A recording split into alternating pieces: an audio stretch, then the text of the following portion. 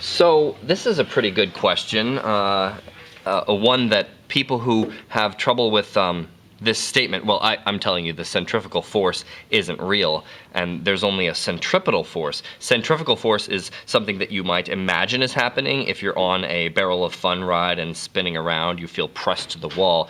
Of course, the wall is pushing on you, but you're not being thrown outward. It's just a manifestation of your inertia. But this question kind of gets right to the heart of it, because there are things called centrifuges, and they filter blood. Like, I don't know, my wife gets hooked up to this machine and they take out her platelets. So they know where her platelets are in the whole density range of blood, and they just suck them out. They're using a centrifuge. And what is this if the centrifugal force isn't real? I don't even know. Well, I mean, I do, but there. Maybe you don't even know?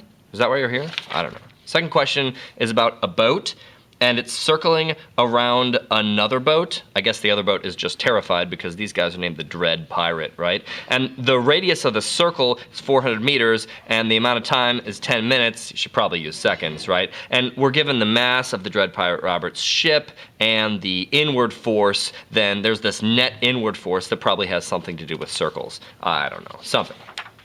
And then there's this other guy who liked to drive motorcycles, and I'm thinking mostly he was doing jumps, but every once in a while he must have gone in an awesome loop-de-loop. And the loop-de-loop is this circular loop, which is actually a terrible design for a loop. They don't make them like that. They make them pointier up at the top for a really cool reason. But I'm just trying to figure out how slow he can go and still survive, because if he loses contact up at the top, we're going to say that that's probably really dangerous. You want to be able to steer and hold on and such. So what does it mean to lose contact? That will help you do this problem.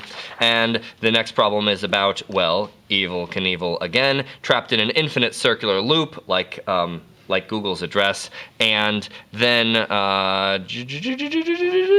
is it Google's address, or is it Apple's address? Darn it.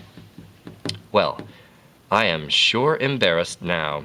At any rate, I'm wondering if he's going the same speed when he reaches the bottom of the loop, what's the normal force on the bike? Because, well, yeah, I'm sorry, I can't give away anything else. It's just a question about what the normal force is on the bike when he's at the bottom of his circular loop. But it's based on this question right here, given information about the speed that he had previously. You have to get 7.3 right to get to 7.4 correctly, and you need to know the mass of the bike and the radius of the loop. Okay, fine. And the final problem is about a banked turn like this, covered in frictionless ice, and we want to know if you're going around in a circle, like if the banking is like this, then the circle that you're going is up and down like that. And so you're looping around and you're on this angled bank that way. And so the normal force changes direction. And a lot of things are interesting in this problem. And I just want to know what is the speed that you must go to stay on the track, and then wondering if you go too fast or too slow, what is it that's a problem with going too fast or too slow?